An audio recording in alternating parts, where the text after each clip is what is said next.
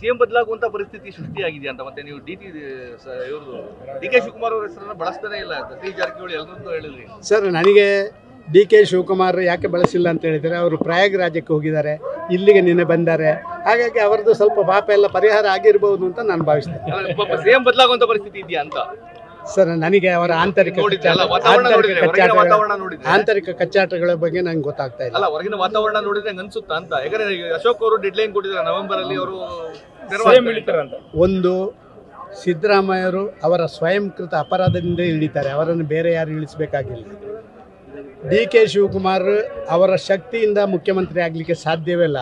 ಡೆಲ್ಲಿಯಿಂದ ಕೃಪಾ ಕಟಾಕ್ಷ ಏನಾದರೂ ಇದ್ರೆ ಮಾತ್ರ ಆಗ್ತಾರೆ, ಅದಿಲ್ಲದೆ ಆಗುತ್ತೆ. ಸಿಎಂ ಬದಲಾಗುವಂತ ಪರಿಸ್ಥಿತಿ ಸೃಷ್ಟಿಯಾಗಿದೆ ಅಂತ ಮತ್ತೆ ನೀವು ಇವ್ರದ್ದು ಡಿ.ಕೆ. ಶಿವಕುಮಾರ್ ಅವರ ಹೆಸರನ್ನ ಬಳಸ್ತಾನೆ ಇಲ್ಲ ಸತೀಶ್ ಜಾರಕಿಹೊಳಿ ಎಲ್ಲರನ್ನೂ ಹೇಳಿದ್ರಿ ಸರ್. ನನಗೆ ಡಿ.ಕೆ. ಶಿವಕುಮಾರ್ ಯಾಕೆ ಬಳಸಿಲ್ಲ ಅಂತ ಹೇಳಿದರೆ ಅವರು ಪ್ರಯಾಗರಾಜಕ್ಕೆ ಹೋಗಿದ್ದಾರೆ, ಇಲ್ಲಿಗೆ ನಿನ್ನೆ ಬಂದ್ದಾರೆ. ಹಾಗಾಗಿ ಅವರದ್ದು ಸ್ವಲ್ಪ ಪಾಪ ಎಲ್ಲ ಪರಿಹಾರ ಆಗಿರಬಹುದು ಅಂತ ನಾನು ಭಾವಿಸ್ತೇನೆ. ಸಿಎಂ ಬದಲಾಗುವಂತ ಪರಿಸ್ಥಿತಿ ಇದೆಯಾ ಅಂತ ಸರ್. ನನಗೆ ಅವರ ಆಂತರಿಕ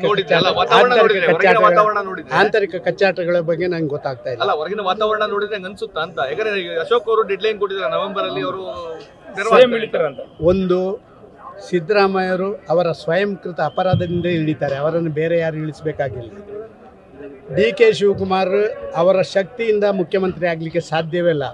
ಡೆಲ್ಲಿಯಿಂದ ಕೃಪಾ ಕಟಾಕ್ಷ ಏನಾದರೂ ಇದ್ರೆ ಮಾತ್ರ ಆಗ್ತಾರೆ, ಅದಿಲ್ಲದೆ ಆಗುತ್ತೆ.